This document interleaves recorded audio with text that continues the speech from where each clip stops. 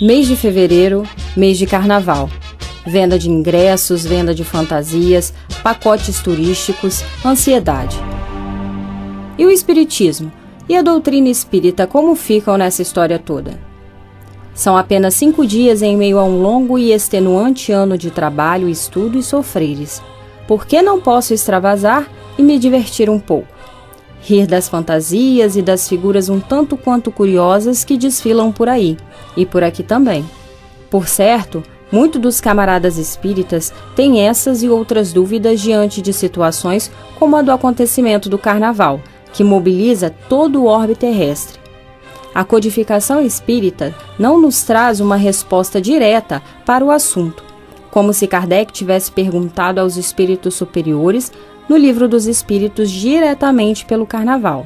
Mas, como faz para toda e qualquer situação em nossas vidas, ela nos alerta para o bom senso e o comportamento comedido e bem sintonizado, pois devemos ter sempre em mente a consequência de nossas ações. Daí uma observação importante. Somos espíritos imperfeitos no início de nossa jornada evolutiva, recém-saídos de um estado de barbárie, e quantas vezes não nos perguntamos se já saímos mesmo? E habitamos um planeta que, por mais adorável que seja, está muito atrasado na escala da perfeição celeste. Por conta disso, temos muitas emoções rebeldes, sentimentos inenarráveis e comportamentos reprováveis, os quais temos que aprender a controlar, a direcionar e a diluir e com os quais teremos por muito tempo ainda que conviver. Se por um lado temos essa necessidade de dar vazão a esses sentimentos num convívio harmônico com nossos semelhantes, que fique bem claro, aproveitando as abençoadas oportunidades diárias que nosso Pai Maior nos dá para suplantar cada dificuldade e cada imperfeição humana. Há os que confundem essa situação com uma condição de licenciosidade legitimada pelo período do carnaval, no qual impera a permissividade. Tudo pode, já que a carne nada vale nessa época, ou seja, no carnaval. E é com tal comportamento, com tal licença ou permissão concedida por não sei quem, é que damos força e alimentamos nossos instintos mais animalizados e sintonizamos nossa faixa de vibração mental com as hostes compostas por irmãos ainda mais atrasados do que nós mesmos e que se comprazem das paixões sensuais e nos vícios, sejam eles o do sexo desregrado ou irresponsável, do álcool, do tabagismo ou do uso de drogas ilícitas. E essas influências que ocorrem diariamente em nossas vidas, como os espíritos fizeram questão de destacar para o professor Kardec, intensificam-se, pois, na época do carnaval. Muitos se deixam levar por essa ideia difundida de que o descanso é merecido e a diversão mais do que necessária, chegando a ponto de muitos templos religiosos e casas espíritas fecharem as suas portas, o que na verdade só serve para alimentar ainda mais as vibrações infelizes no globo. Entretanto, poderiam ser fortalezas de paz e de apoio para os espíritos sofredores, sejam eles encarnados ou desencarnados, se não trancassem suas portas. É curioso notar como logo após a comoção causada pelo período natalino e pelo nascimento de Jesus, o apelo carnavalesco já toma conta da mídia, do comércio e do pensamento das pessoas.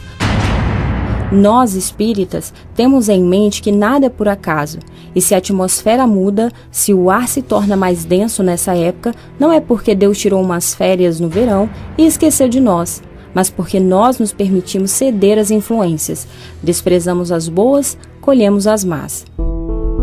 Na verdade, a carne vale sim, pois é um vaso sagrado que Deus nos dá, mais ou menos perfeito, mais ou menos belo, a fim de atender exatamente às nossas necessidades nesta encarnação e na precisa medida de nossas provas e expiações. Temos de cuidar dela tão bem como temos também de cuidar do espírito, visto que com os excessos que permitirmos à carne, contrariemos dívidas que pagaremos com o espírito. Quantos não são os relatos de encarnados que durante o sono, em completa ignorância do que fazem, são conduzidos a esferas inferiores e de vibrações nefastas, a fim de dar continuidade à satisfação de seus desejos manifestos durante a consciência. Basta ler um pouco as obras ditadas por André Luiz ou Manuel Filomeno de Miranda sobre o tema para se ter uma breve noção. Paulo já advertia dizendo que tudo nos é lícito, mas nem tudo nos convém. Temos então de optar como queremos nortear a nossa felicidade, se com prazeres instantâneos ou com felicidade duradoura, se por caminhos fáceis, repetitivos e intermináveis, ou por caminhos um pouco mais difíceis, mais de passeio seguro e termo sereno. Estamos num processo de evolução, assim como nosso planeta. Façamos então nossa contribuição da exata maneira que o Espiritismo nos adverte para tal, guiados por nosso livre-arbítrio e conscientes das consequências de nossos atos, todos eles em qualquer dia do ano.